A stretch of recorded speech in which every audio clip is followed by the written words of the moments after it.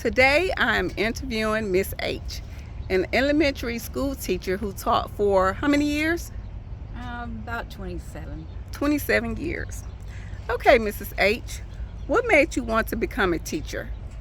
Um, I loved school, and I especially loved my first grade teacher, Ms. Morgan. And I just remember everything about first grade, and I loved it. So, as I said before, you are a retired teacher. How long have you been retired? Um, Kind of 4 years, but I went back to work after retiring. So, with that being said, did you go back to work because you missed the teaching field, or was there another reason?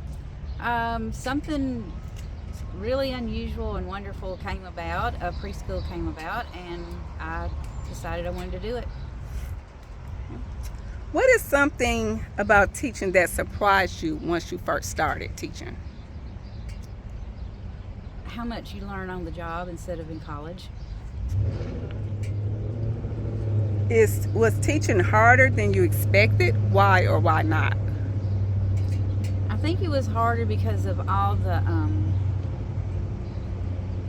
different things that go along with it. Not just sit in your seat, do something. Just like it's just a lot involved. What have you noticed what changed in education when you first started teaching? Um, Basically, I've noticed that the way you teach reading has changed. What was one of your most rewarding moments as a teacher? Um, a few years ago, when I was asking children, kind of doing a little assessment, while they were on the carpet, and I was asking them, some beginning sounds and a few little things, and when they got it, it made me feel really good knowing that they're going to go to kindergarten ready to learn. Without sharing names or specific school information, what's been the hardest moment as a teacher? When you've got administration that I don't know, it's like they don't care for you too much, and you don't really understand why. Is it more stressful to deal with students, parents, or administration? I've always had a good relationship with parents, and for the most part, children. So I guess sometimes it's administration. When you were teaching, did you ever consider leaving teaching? The only time I wanted to leave is when I got to stay home with my own children. As you said before, you are retired, but you returned to be a preschool teacher.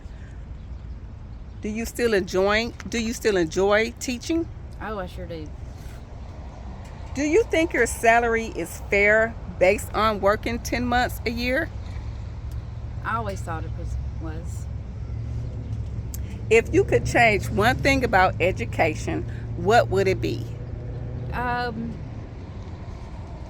the freedom to not use a strict, curriculum, to use what the students really need to get, for them to learn what they need to learn. Knowing what you know now, would you have still chosen teaching as a profession? Probably. What advice would you give to a struggling teacher? I guess just take it one day at a time and learn from, seasoned teachers. What keeps you motivated to continue teaching preschool students? When I bring the world into my classroom and I see how excited they are over it. What's one thing that you do for self-care on those stressful days? No, let me just think. What would I do? I guess just kind of take the kids outside and like take a walk or look at something out in nature or something like that. Is there anything else you would like to share to help other teachers?